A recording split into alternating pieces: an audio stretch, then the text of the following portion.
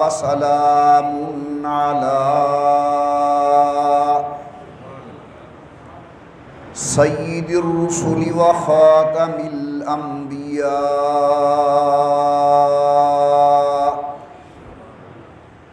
صلى الله تعالى عليه وعلى آله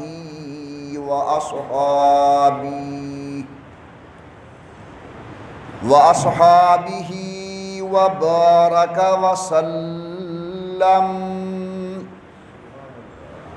وبارك وسلم تسليما كثيرا كثيرا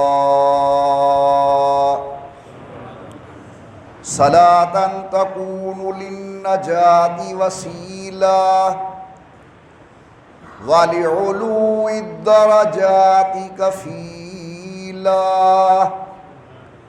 صلاة تحل بها العقد وتفرج بها الكرب صلاة تكون لك رضاء ولحقه أداء فقد قال الله تبارك وتعالى في القرآن المجيد والفرقان الحميد أعوذ بالله من الشيطان الرجيم بسم الله الرحمن الرحيم إن الدين عند الله الإسلام قال تعالى في مقام آخر إنا أنزلناه في ليلة القدر وما أدراك ما ليلة القدر ليلة القدر خير من ألف شهر قال النبي صلى الله عليه وسلم من قام ليلة القدر إيمانا واحتسابا غفر له ما تقدم من ذنبه أو كما قال النبي صلى الله عليه وسلم صدق الله العلي العظيم وصدق رسوله النبي الكريم ونحن على ذلك لمن الشاهدين والشاكرين والحمد لله رب العالمين إن نلت يا ريح الصبا يوما إلى أرض الحرم إن نلت يا ريح الصبا يوما إلى أرض الحرم بلغ سلامي روضة فيها النبي المحترم ما إن مدحت محمدا بمقالتي لكن مدحت مقالتي بمحمدي اللهم صل على محمد وعلى آل محمد وصحاب محمد وأزواج محمد وبارك وسلم۔ تمام حضرات محبت و ذوق کے ساتھ درود پاک پڑھ لیں حضرت صلی اللہ علیہ وسلم کی ذات بابرکات پر۔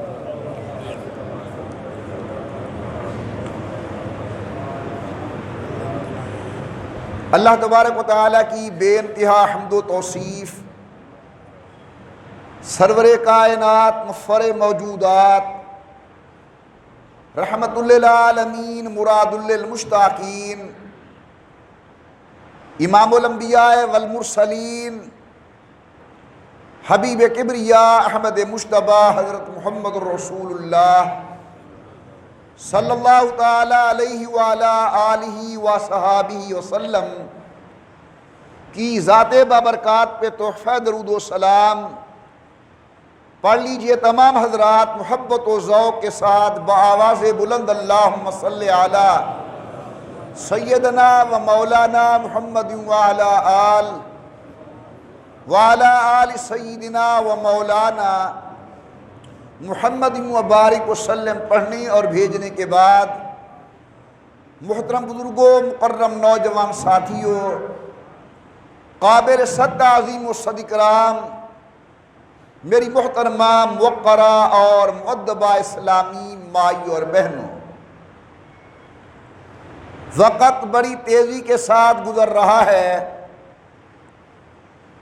ماہ مبارک کی آمد کی اطلاع اور خوشخبری میں نے گزارش کی تھی، اور آج اس ماہ مبارک کا آخری جمعہ ہے۔ بڑی تیزی کے ساتھ یہ ہماری زندگی گزر رہی ہے۔ اگر تم سے کوئی پوچھے تمہاری زندگی کیا ہے، ہتھیلی پہ ذرا سی خاک رکھنا اور اڑا دینا۔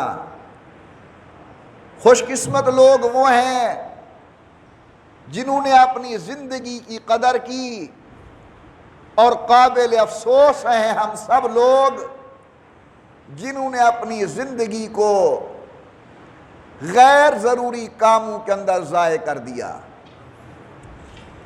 بہرحال ابھی چند دن باقی ہیں، ہمیں چاہیے ان دنوں کے اندر جتنا ہو سکے اللہ تبارک و تعالی کی خدمت اقدس کے اندر دعاؤں کا سلسلہ، نماز کی باقاعدگی، نوافل کی کثرت، قرآن کریم کی تلاوت ذوق اور شوق کے ساتھ امت کے لیے، ملک کے لیے، اپنے لیے اللہ تعالی سے خیر کی دعائیں کرنی چاہیے۔ اللہ تبارک و تعالی ہم سب کی عبادات کو، دعاؤں کو منظور و مقبول فرمائیں۔ آج جمعۃ المبارک کے اجتماع میں چند مختلف چیزیں آپ کے سامنے عرض کرنا چاہتا ہوں جو ظاہری طور پر بے ربط ہیں۔ یوں سمجھ لیں کہ آج کا بیان چند نصیحتوں پر مشتمل ہے۔ ان نصیحتوں کا پہلا مخاطب میں خود بولنے والا ہوں۔ اللہ مجھے عمل کی توفیق نصیب فرمائے، اور ان کے دوسرے مخاطب آپ سب تشریف فرما حضرات ہیں۔ اللہ ان نصیحتوں پر آپ کو عمل کرنے کی توفیق عطا فرمائے۔ واجب الاحترام دوستو، آج کی پہلی نصیحت یہ ہے کہ اللہ تعالی نے حضور اکرم کی معرفت صلی اللہ علیہ وسلم جو دین اسلام ہمیں عطا فرمایا، ہمیں دل کی گہرائی سے اس کی قدر کرنی چاہیے، اور دین اسلام پر کما حقہ عمل کرنے کی کوشش کرنی چاہیے۔ اہل علم و دانش میرے ذرا اس معروض پر توجہ فرمائیں گے کہ اسلام کی دو حیثیتیں ہیں۔ ایک ہے اسلام باعتبار مذہب ہونے کے، اور ایک حیثیت ہے اسلام بطور دین ہونے کے۔ اسلام کی ایک حیثیت ہے کہ اسلام ایک مذہب ہے، اسلام کی دوسری حیثیت ہے کہ اسلام دین ہے۔ اب یہ سمجھنے کے لیے آپ پہلے یہ سمجھیں کہ مذہب کیا ہوتا ہے، دین کیا ہوتا ہے۔ مذہب کہا جاتا ہے ایک ایسا لاہ عمل، ایسا فارمولہ جس کے اندر عقائد و اعمال کا ذکر ہو کہ یہ تمہاری ماننے والی باتیں ہیں اور یہ کام تمہارے کرنے والے ہیں۔ اللہ کو ایک مانو،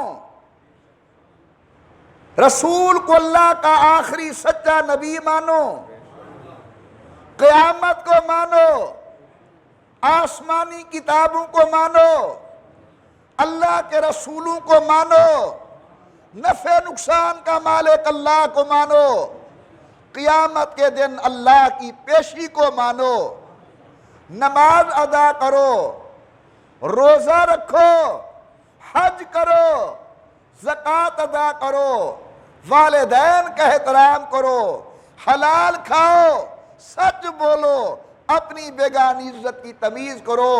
یہ ہے اسلام باعتبار مذہب ہونے کے۔ بات سمجھ آ گئی ہے؟ مذہب کا معنی ہے ایسا فارمولہ، ایسا لاہ عمل جس کے اندر عقائد و اعمال کا ذکر ہو، اور دین کہا جاتا ہے ایسا اللہ کا عطا کردہ فارمولہ، ایسا لاہ عمل جس کے اندر عقائد بھی ہوں، جن میں اعمال بھی ہوں، جن کے اندر اخلاق بھی ہوں، جن کے اندر معاملات بھی ہوں، جن کے اندر سیاسیات بھی ہوں، جس کے اندر طرز حکومت بھی ہو، یعنی زندگی کے ہر شعبے کے اندر جو تمہاری رہنمائی کرے اور واجب العمل ہو، اسے کہا جاتا ہے دین۔ سمجھ آ گئی بات؟ تو ہم نے اسلام کو بطور دین ماننا ہے۔ آج دنیا اسلام کو بطور مذہب ماننے کے لیے تیار ہے، بطور دین ماننے کے لیے تیار نہیں، اور اللہ تمہیں حکم دیتا ہے ایماندارو تم اسلام کو بطور دین مانو کہ تمہارا عقیدہ ویسے ہو جس طرح اسلام کہے، تمہارے اعمال ویسے ہوں جس طرح اسلام کہے، تمہارے اخلاق ویسے ہوں جس طرح اسلام کہے، تمہارا طرز حکومت ایسا ہو جس طرح اسلام کہے، تمہاری معاشرت معاشیات ایسی ہوں جس طرح اسلام کہے۔ تو اللہ تعالیٰ نے ہمیں کیا فرمایا؟ ان الدین عند اللہ الاسلام، اللہ کے ہاں برگزیدہ دین وہ دین اسلام ہے۔ قرآن کریم نے اسلام کو بطور مذہب پیش نہیں کیا، بطور دین پیش کیا ہے۔ جسے بات سمجھ آئیے وہ کہہ دے سبحان اللہ۔ پروردگار عالم نے فرمایا ان الدین عند اللہ الاسلام، اللہ میاں نے یہاں اسلام کو بطور دین بیان فرمایا۔ میرا مالک فرماتے الیوم اکملت لکم دینکم واتممت علیکم نعمتی ورضیت لکم الاسلام دینا۔ اللہ فرماتے میں نے آج تمہارے اوپر دین والی نعمت مکمل کی، تمہارا دین دین اسلام ہے۔ اور مقام پر اللہ فرماتے ہیں وَمَنْ يَبْتَغِي غَيْرَ الْإِسْلَامِ دِينًا، جس نے اسلام کے علاوہ کسی اور چیز کو بطور دین مانا، قبر کے اندر آپ اور ہم جائیں گے، وہاں یہ نہیں پوچھا جائے گا تیرا مذہب کیا تھا، سوال ہوگا ماں دینوں کا، تیرا دین کیا تھا۔ تو میری پہلی گزارش، پہلی نصیحت آج کے جمعے کے اندر یہ ہے کہ ہم اللہ کے دیے ہوئے اس دین اسلام کو بطور دین مانیں، زندگی کے ہر شعبے کے اندر اسلام کو بطور دین داخل کریں۔ عقیدہ بھی اسلام کے مطابق، عمل بھی اسلام کے مطابق، شادی بھی اسلام کے مطابق، غمی بھی اسلام کے مطابق، طرز معاشرت بھی اسلام کے مطابق، ہماری سیاست بھی اسلام کے مطابق، تو اللہ تعالیٰ نے ہمیں اسلام بطور دین عطا فرمایا ہے۔ اللہ اس کے قدر کرنے کی توفیق عطا فرمائے۔ یہ پہلی نصیحت ہے آج کے جمعے کی۔ نمبر 2، دوسری میری گزارش اور نصیحت یہ ہے کہ بحیثیت مسلمان ہونے کے ہم سب کو چاہیے کہ دل کی گہرائی سے اللہ کے قرآن کے ساتھ محبت بھی کریں اور اللہ کے قرآن پر عمل بھی کریں۔ مسلمانوں، یہ قرآن کوئی معمولی کتاب نہیں ہے، ذرا توجہ کرنا۔ قرآن وہ الفاظ ہیں جو اللہ کی بے مثال زبان سے نکلے ہیں،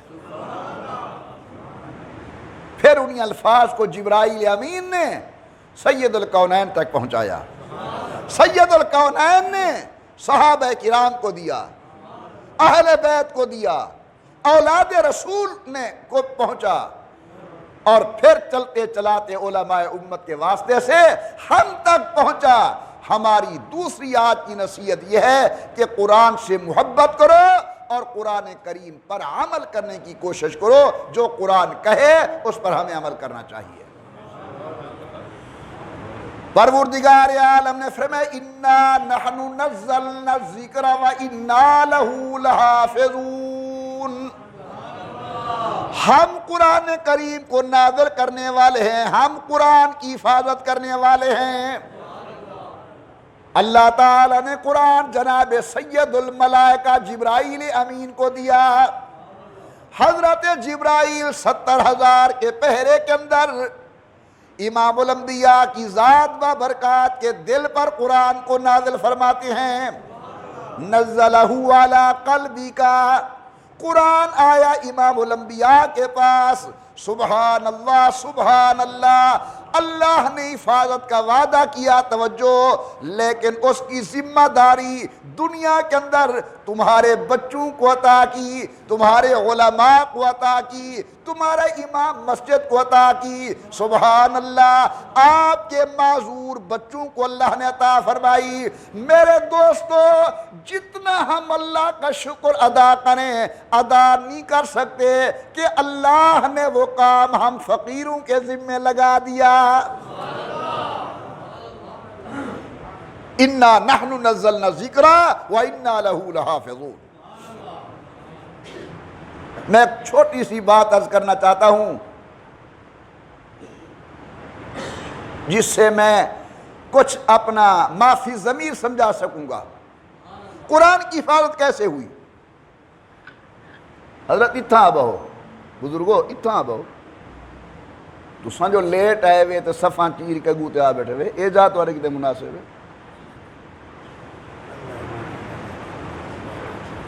اللہم صلی علی محمد وعلی آل محمد وبارک وسلم۔ حضور نے بڑی سخت وعید بیان کیا جو آدمی صفیں پھلانگ کر آئے آگے، جہاں جگہ ملے وہاں بیٹھ جاؤ۔ میری باتیں تمہیں کڑوی تو ضرور لگتی ہیں، لگتی ہوں گی، کئی آدمی بیٹھے ہوں گے اب بھی خیر خواہ کے حضرت صاحب نہ کرتے۔ وہ حضرت صاحب تربیت نہیں کرے گا تو کون کرے گا؟ اللہم صلی علی محمد وعلی آل محمد وبارک وسلم۔ ذرا توجہ فرمانا بھائی، ہم مدرسے کے لوگ اپنے طلباء کو استادوں کا ادب سکھاتے ہیں۔ استاد بیٹھے ہوں اونچا نہیں بولنا، استاد جا رہے ہیں تم نے آگے نہیں چلنا، یہاں ادب سکھاتے ہیں۔ استاد کمرے میں بیٹھے ہیں تم گزرے ہو ان کا جوتا سیدھا کر کے رکھو۔ استادوں کی طرح پیٹھ کر کے نہیں چلنا، یہ ادب ہے۔ لیکن اگر یہی استاد بلکہ استاد کا استاد رمضان شریف میں تراویح پڑھانے کے لیے مصلی پر کھڑا ہو اور پیچھے شاگرد کا شاگرد 19 سال کا سامع بن کر کھڑا ہو تو پھر نہ استاد کو انا کی غلطی کرنے دیتا ہے نہ انا کی غلطی کرنے دیتا ہے۔ اب ادب ختم، اب قرآن کا معاملہ ہے، فوراً پیچھے بولتا ہے انا انا نہیں ہے، شد اور مد کی غلطی نہیں کرنے دیتا۔ واجب الاحترام بزرگوں، اللہ نے ایسے بندے پیدا کیے ہیں زمین پر جنہوں نے اللہ کے قرآن کو محفوظ کیا۔ ایک موقع پر حضرت شیخ الہند رحمت اللہ علیہ مولانا محمود الحسن دیوبندی، حضرت مولانا سید حسین احمد مدنی، جن کے نام کو لیتے ہوئے دل کے اندر ایک ایمانی جذبہ بیدار ہوتا ہے، جیل میں ہیں۔ استادوں نے کہا حسین احمد نہ تو قرآن کا حافظ ہے نہ میں قرآن کا حافظ ہوں، اس سال شاید تراویح علم طورہ سے پڑھنی پڑے گی، قرآن نہیں سن سکیں گے۔ حضرت مدنی عرض کرتے ہیں حضرت دعا فرمائیں۔ استادوں نے فرمایا میری تو دعا ہے۔ دن کو پارہ یاد کرتے تھے، رات کو تراویح میں سنا دیتے تھے، 30 راتیں مکمل، 30 پارے قرآن کے حفظ ہو گئے۔ میرے نہایت ہی قابل قدر دوستو، آج کی دوسری نصیحت یہ کہ اللہ کے قرآن سے پیار کرنا، محبت کرنا، کیونکہ یہ قرآن کے جو الفاظ تم بولتے ہو یہ وہ لفظ ہیں جو اللہ کی بے مثال زبان سے نکلے ہیں، اور پھر تم اپنے مقدر پہ جتنا ناز کر سکتے ہو کرو کہ وہ میرا اللہ تو نے میرا کیا مقدر بنایا کہ جو الفاظ کل تیری مبارک زبان سے نکلے تھے، تیرے نبی کی مبارک زبان سے نکلے تھے، تیرے صدیق کی زبان سے نکلے تھے، تیرے عمر کی زبان سے نکلے تھے، تیرے عثمان کی زبان سے نکلے تھے، تیرے علی کی زبان سے نکلے تھے، ابو حنیفہ کی زبان سے نکلے تھے، امام ربانی کی زبان سے نکلے تھے، شاہ عبد القادر جیلانی کی زبان سے نکلے تھے۔ اللہ تو نے میری گناہگار زبان کو یہ توفیق دی کہ آج میری زبان انہی الفاظ کو ادا کر رہی ہے۔ واجب الاحترام دوستو، دوسری نصیحت قرآن سے پیار کرنا، اور پھر قرآن کریم جو چیزیں بیان کرتا ہے ان کو ماننا دل کی گہرائی سے۔ قرآن 3 باتیں بنیادی طور پر بیان کرتا ہے، توجہ۔ پہلی بات، اللہ کا قرآن توحید کو بیان کرتا ہے کہ دنیا والوں اللہ ذات میں بھی اکیلے ہیں، اللہ صفات میں بھی اکیلے ہیں، نہ اللہ کی ذات میں کوئی شریک، نہ اللہ کی صفات میں کوئی شریک۔ اللہ فرماتے ہیں میں اکیلا ہوں ذات کے اندر، لَوْ كَانَ فِيهِمَا آلِهَةٌ إِلَّا اللَّهُ لَفَسَدَتَا، اگر 2 خدا ہوتے نظام کائنات تباہ ہو جاتا۔ ایک کہتا میں اسے امیر بناتا ہوں، دوسرا کہتا میں غریب بناتا ہوں، ایک کہتا بیٹا دیتا ہوں، دوسرا کہتا بیٹی دیتا ہوں، ایک کہتا سورج 6 بجے طلوع کرتا ہوں، دوسرا کہتا 6:15 طلوع کرتا ہوں۔ نہیں، روز اول سے لے کر آخر تک یہ جو نظام کائنات بالکل ٹھیک ٹھاک چل رہا ہے، معلوم ہوتا ہے ایک ہی ہے کارخانہ کائنات کو چلانے والا۔ قرآن جو کچھ کہے ہم نے ماننا ہے۔ قرآن کیا کہتے ہیں؟ اللہ ذات میں، صفات کے اندر، نفع کا مالک کون، نقصان کا مالک کون، عزت دینے والا کون، ذلت دینے والا کون؟ یا اللہ جن کی زبانیں گنگ ہیں، بول نہیں رہی، انہیں بھی بولنے کی توفیق عطا فرما۔ بیٹا دینے والا کون، بیٹی دینے والا کون، جوڑے جوڑے دینے والا کون، دے کے پھر لے لینے والا کون، اونچی آواز سے بولے موت دینے والا کون، حیات دینے والا کون، ہمارے رزق کے اندر برکت دینے والا کون، کاروباروں میں برکت دینے والا کون؟ رحمت سے آواز آتی ہے تبارک الذی بیدہ الملک وہو علی کل شیء قدیر۔ اللہ فرماتے ہیں انتم الفقراء، او چودھریو، گجرو،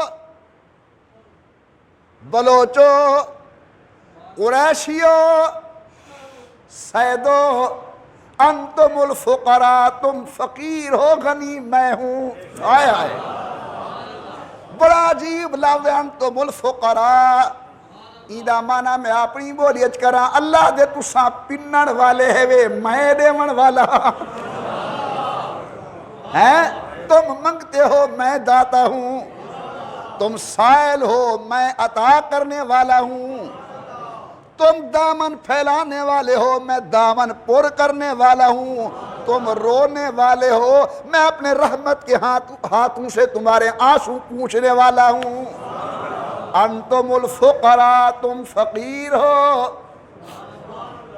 تم منگتے ہو کون ہے غنی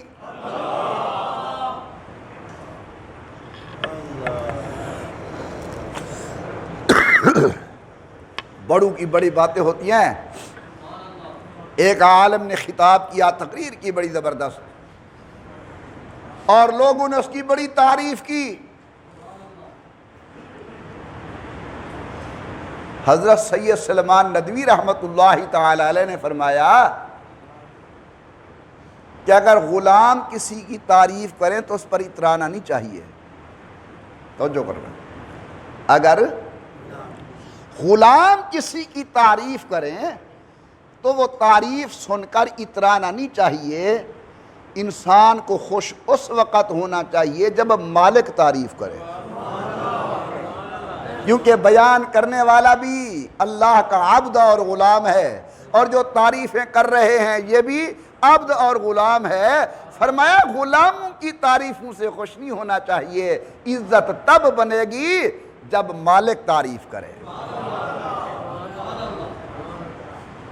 کسی نے میرے ہاتھ چوم لیے پیشانی چوم لی کندھے کو بوسا دیا حضرت کہا یہ میری کوئی عزت نہیں ہے عزت میری اس وقت ہوگی جب اسرائیل میرے سامنے بیٹھے ہوں گے اور مجھے یہ کہہ دیں کہ یا ایتھا النفس المطمئنہ ارجعی الی ربک راضیۃ مرضیہ محمد عمر پریشان نہ ہو تیری عزت حاصل کرنے کا ٹائم ہے اللہ تجھے جنت کی بشارت دے رہے ہیں یہ ہے مزہ مالک جب تعریف کرے تو قرآن کے ساتھ محبت اور قرآن کے مضامین کے ساتھ محبت پہلا مضمون توحید دوسرا مضمون حضور کی شان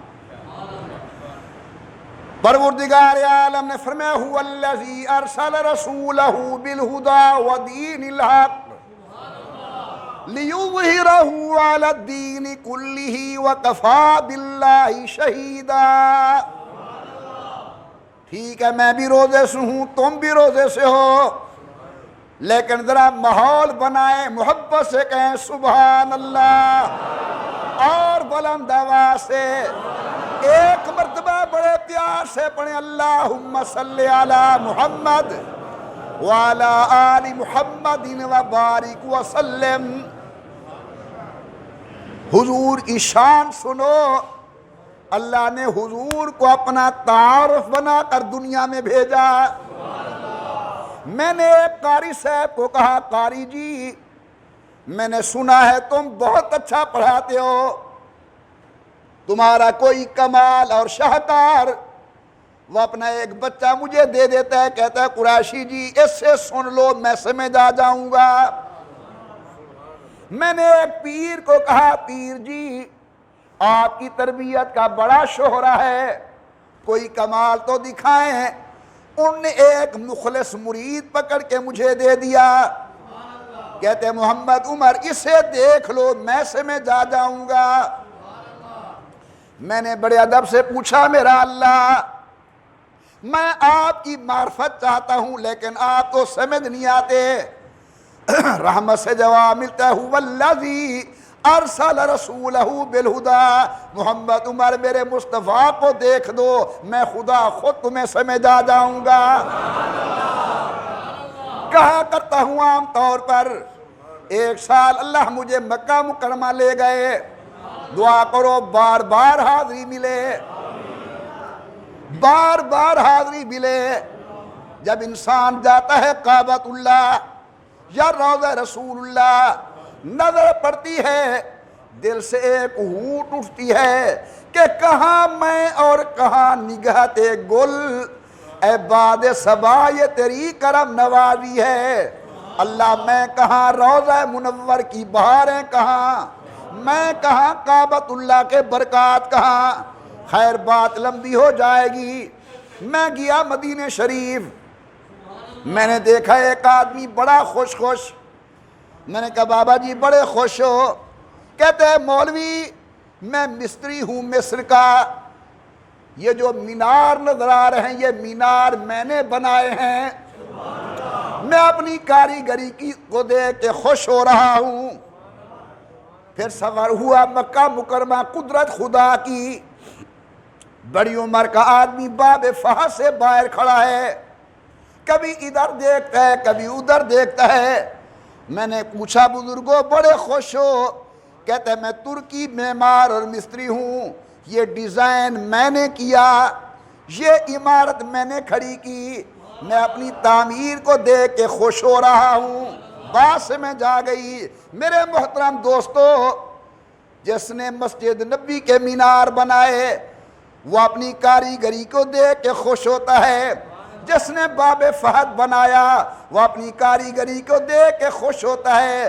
کوٹدو کے دانا دوستو، پھر میرا ذوق خطابت کہتا ہے جب اللہ حضور اکرم کو بنا بیٹھے ہوں گے اور اللہ نے نظر قدرت کے ساتھ میرے مصطفیٰ کے چہرے کو دیکھا ہوگا، اللہ دیکھ کے کہتے ہیں والضحیٰ، چہرہ محمد کا میں نے بنایا، واللیل اذا سجا، زلفیں مصطفیٰ کی میں نے بنائی، ما زاغ البصر، آنکھیں میں نے بنائی، الم نشرح لک صدرک، سینہ میں نے بنایا۔ سبحان اللہ، فرمایا سبحان الذی اسری بعبدہ لیلا من المسجد الحرام الی المسجد الاقصی، وہ عظمت والے قدم مصطفیٰ کریم کے جو شب معراج آسمانوں کے اوپر پڑے، یہ قدم مصطفیٰ کے میں نے بنائے تھے۔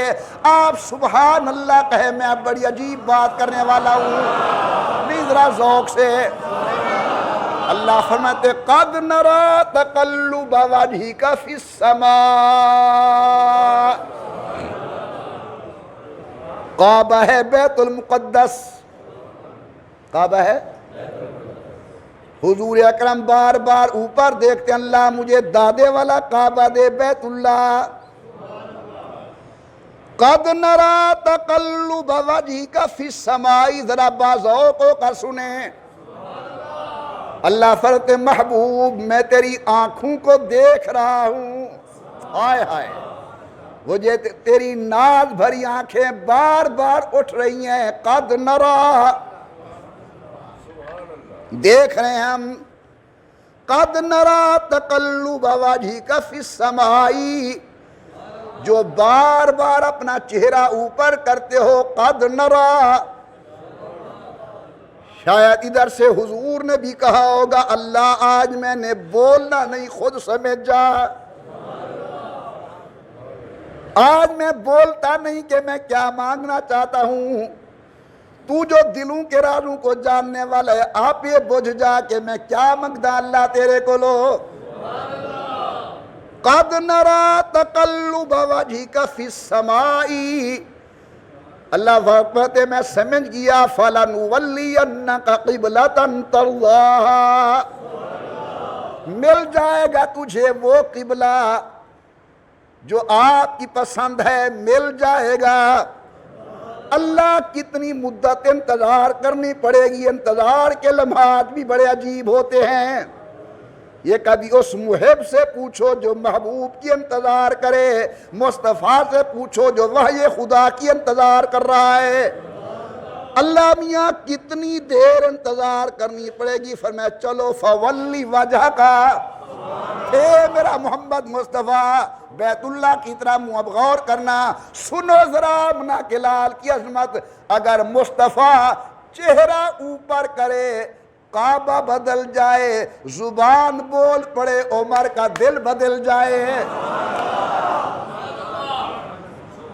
حضور اکرم کے متعلق یہ عقیدہ، حضور اللہ کے سچے نبی، برحق نبی، اور دل سے کہو آخری نبی، بولو حضور کے غلاموں۔ اللہ فرماتے ہیں ما کان محمد ابا احد من رجالکم وَلَٰكِن رَّسُولَ اللَّهِ وَخَاتَمَ النَّبِيِّينَ وَكَانَ اللَّهُ بِكُلِّ شَيْءٍ عَلِيمًا۔ آج کی دوسری نصیحت قرآن کو ماننا ہے، اور قرآن جن چیزوں کا حکم دیتا ہے ان کو ماننا ہے۔ تیسری نصیحت، رسول اللہ صلی اللہ علیہ وسلم کی حدیث کو دل کی گہرائی سے ماننا ہے۔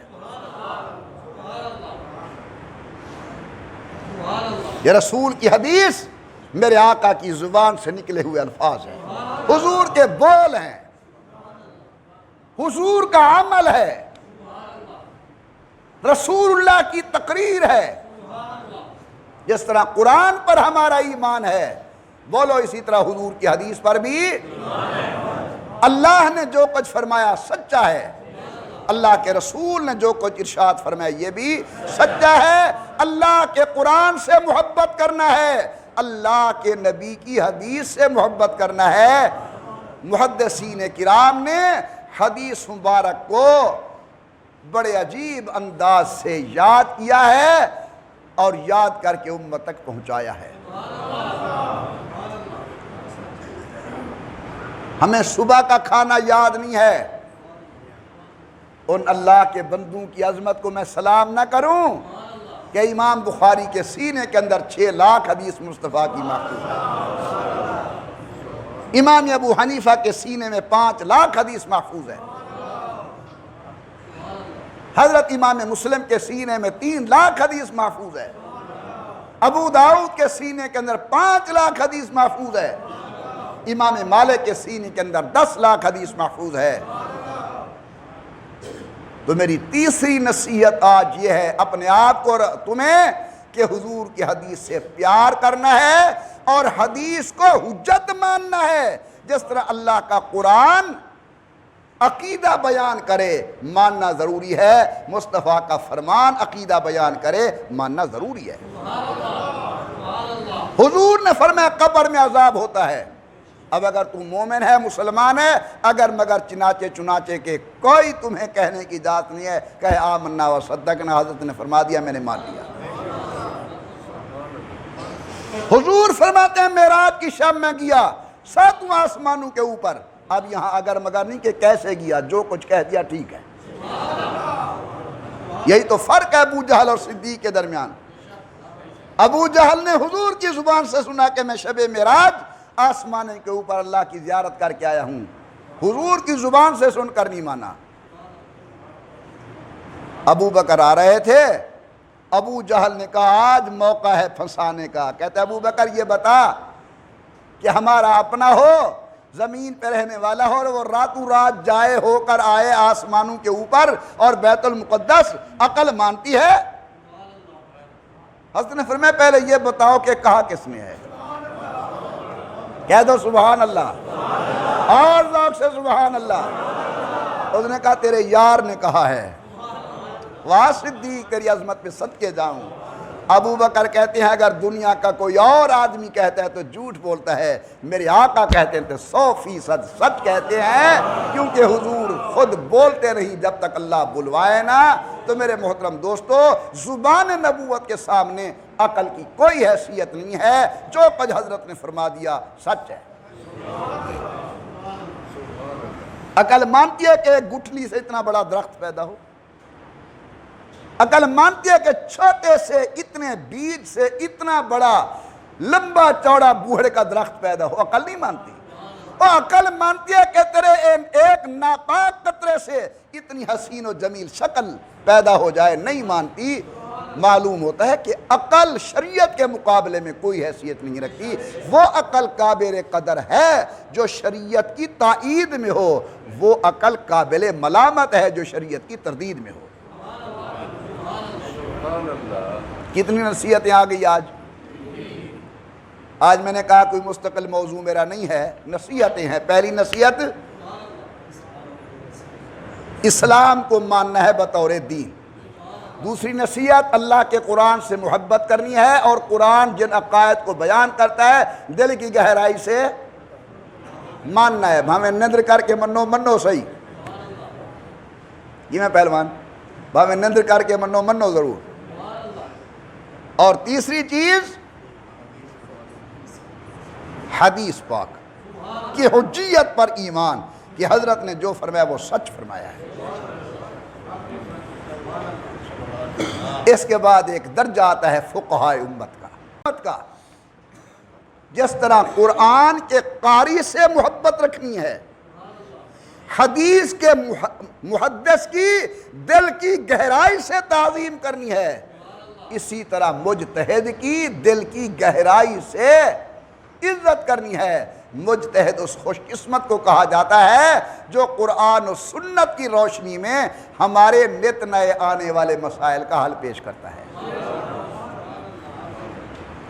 مجتہد کسے کہا جاتا ہے؟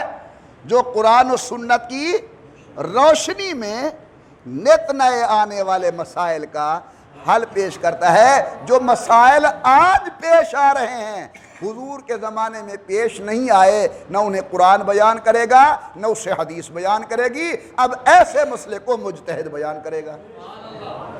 میں ایک مثال دیتا ہوں، بھئی ہوائی جہاز کے اندر نماز جائز ہے یا ناجائز ہے؟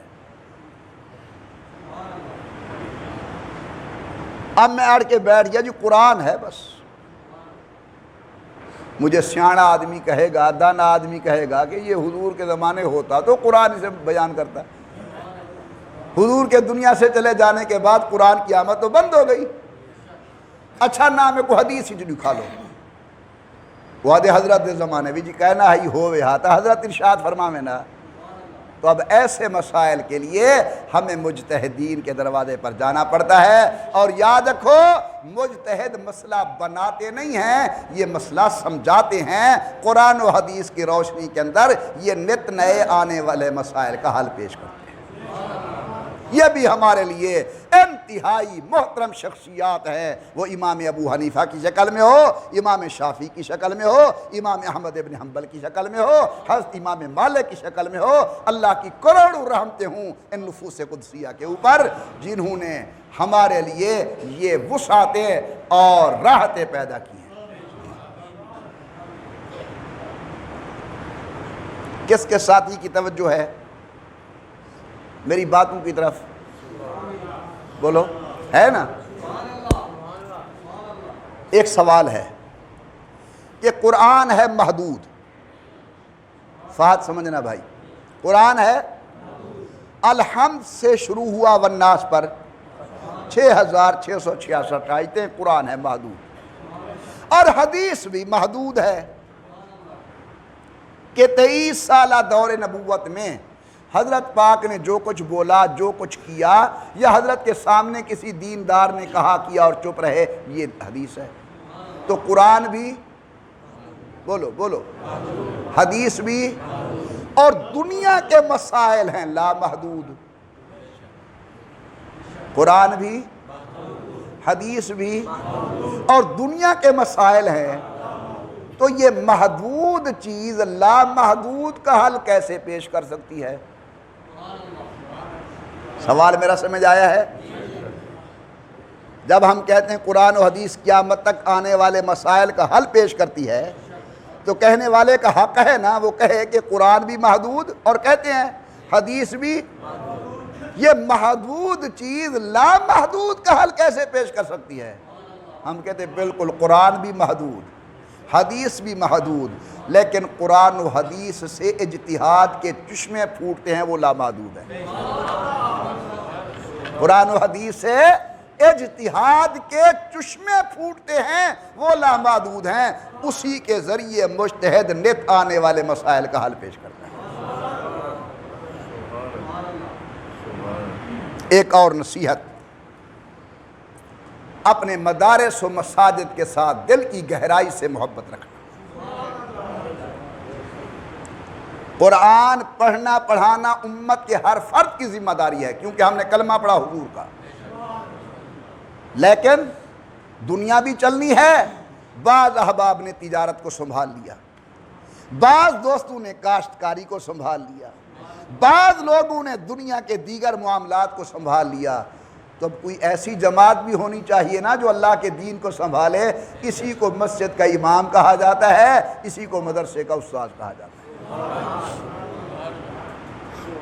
تو آپ حضرات کے ذمے ہے, کچھ دیں یا نہ دیں, لیکن اپنے مساجد کے لیے, اپنے مدارس کے لیے اچھا ذہن رکھیں اور ان کے لیے اللہ سے دعائیں مانگیں, کیونکہ یہ لوگ سب کو چھوڑ چھاڑ کے اللہ کے قرآن کی ترویج کا ذریعہ ہیں, رسول اللہ کے لائے ہوئے دین امت تک پہنچانے کا سبب ہیں. اللہ ہمارے مدارس و مساجد کی حفاظت فرمائے. آپ جو زکوٰۃ و خیرات دیتے ہیں, ان کے ذریعے یہ مدرسے چلتے ہیں.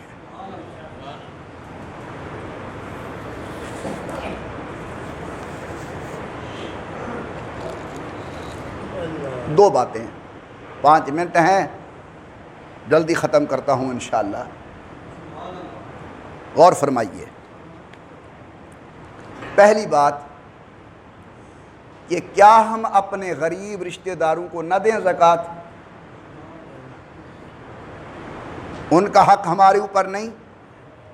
تم کہہ رہے ہو مدارس کو دو. جو ہمارے غریب رشتہ دار ہیں, مستحق رشتہ دار ہیں, کیا ان کا حق ہمارے اوپر نہیں؟ تمہیں کس نے کہا ہے کہ ان کا حق تمہارے اوپر نہیں؟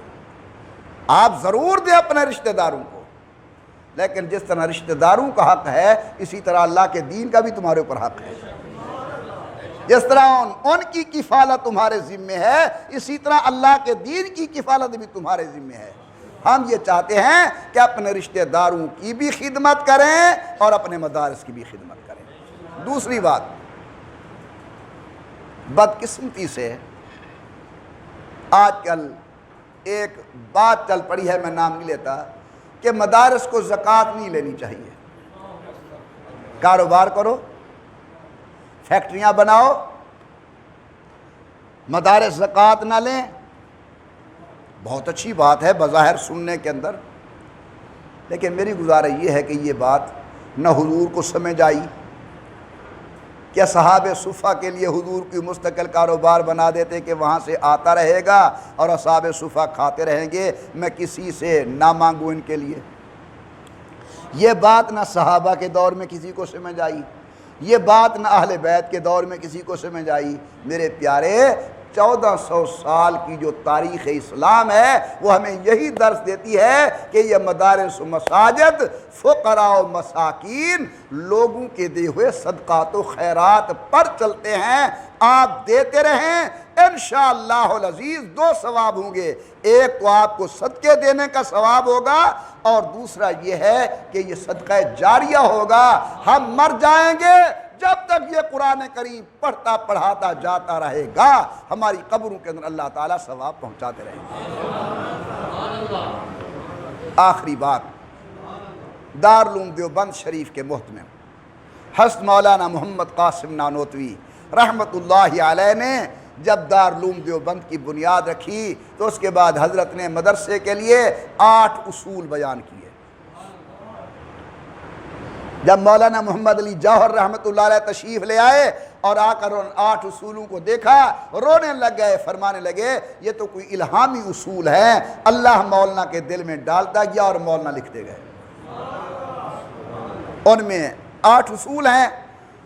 ان میں سے ایک یہ ہے کہ حضرت فرماتے ہیں کہ مدرسے کے اندر ایسے لوگوں کا پیسہ لینا چاہیے جو پیسہ دیتے ہوئے تکبر نہ کریں, بڑھائی کا اظہار نہ کریں, بلکہ اخلاص والے ہوں. اخلاص والے کے ٹکے پیسے میں برکت ہوگی. ایک بات. اور دوسرا اصول حضرت نے لکھا, جب تک دارالعلوم دیوبند کا خرچہ غیر مستقل آمد کے ذریعے ہوتا رہے گا, اس وقت تک مدرسہ ترقی کرتا رہے گا. اور اگر مدرسے کے لیے کوئی کارخانہ قائم کر دیا گیا, کوئی تجارت کا سامان بنا دیا گیا, یا کسی ایک آدمی کو متعین کر دیا گیا کہ اس کی آمد پر مدرسہ چلے گا, فرمایا مجھے ڈر ہے کہ مدرسے کی بنیادیں متزلزل ہو جائیں. میں اس راہ کا راہ رو ہوں، مجھے پتہ ہے جب شام کو سبزی کے پیسے نہیں ہوتے اور پھر اس وقت میں 2 رکعت نماز نفل پڑھ کے اللہ کے سامنے رو رہا ہوتا ہوں، خدا کی قسم میں ممبر پر بیٹھا ہوں، وہ آنسو بہانے میں جو مزہ آتا ہے تمہیں کیا بتاؤں کیا ہے۔ تنخواہ دینی ہوتی ہے، پیسے نہیں ہوتے اللہ کے۔ اگر یہ مستقل ہماری برانڈے بن گئی، مستقل ہمارے تجارتی کاروبار بن گئے، مدارس کو چلانے کے لیے اللہ کی طرف رجوع ختم ہو جائے گا، یہ اللہ کی دربار میں مانگنا ختم ہو جائے گا، اللہ کی دربار میں رونا ختم ہو جائے گا، اللہ کی دربار کے اندر دھونا ختم ہو جائے گا۔ بہرحال میں نے بے ترتیب چند باتیں تمہاری خدمت کے اندر آج کہی ہیں، اور آخری گزارش، لیلۃ القدر آ رہی ہے، 27 کی رات۔ میرے آقا فرماتے ہیں جو آدمی اس رات اللہ کی دربار میں عبادت کرے گا اللہ اس کے سارے پہلے گناہوں کو معاف فرما دیں گے۔ دعا فرمائیں اللہ لیلۃ القدر کا قیام نصیب فرمائے۔ امید قوی ہے انشاءاللہ حکومت ہماری مہربانی فرمائے گی، 27 کی اجازت ہوگی، جس طرح پہلے 27 کا یہاں نظم ہوتا ہے 27 کو دعا ہوگی، لیکن اس دفعہ ذرا جلدی ہم ختم کریں گے، رات کو 12 بجے دعا ہو جائے گی، تمام احباب کو اس کے اندر شرکت کی دعوت ہے۔ پہلے کئی دفعہ گزارش کی ہے، اب بھی گزارش کرتا ہوں، مدرسہ رحیمیہ کے ساتھ ہم نے مدرسے کے لیے ایک بہت بڑے پلاٹ لینے کا ارادہ کیا ہے 5 کنال کا، کیونکہ وہاں ہماری عیدگاہ نہیں ہے، جنازہ گاہ نہیں ہے پورے علاقے کے لیے۔ اس کی تعاون کے لیے آپ حضرات سے درخواست ہے جتنا زیادہ سے زیادہ ہو سکے آپ تعاون فرمائیں۔ اللہ آپ کے مال میں، رزق میں، عزت میں، آبرو میں، ایمان میں برکت عطا فرمائے، آمین۔ نماز عید انشاءاللہ آپ کسی مسجد کے اندر 8 بجے ادا کی جائے گی، کیونکہ ہمارے ساتھی زیادہ دیہات سے آنے والے ہوتے ہیں۔ 8 بجے نماز عید ادا کی جائے گی، جن احباب نے سنتیں پڑھنی ہے پڑھیں۔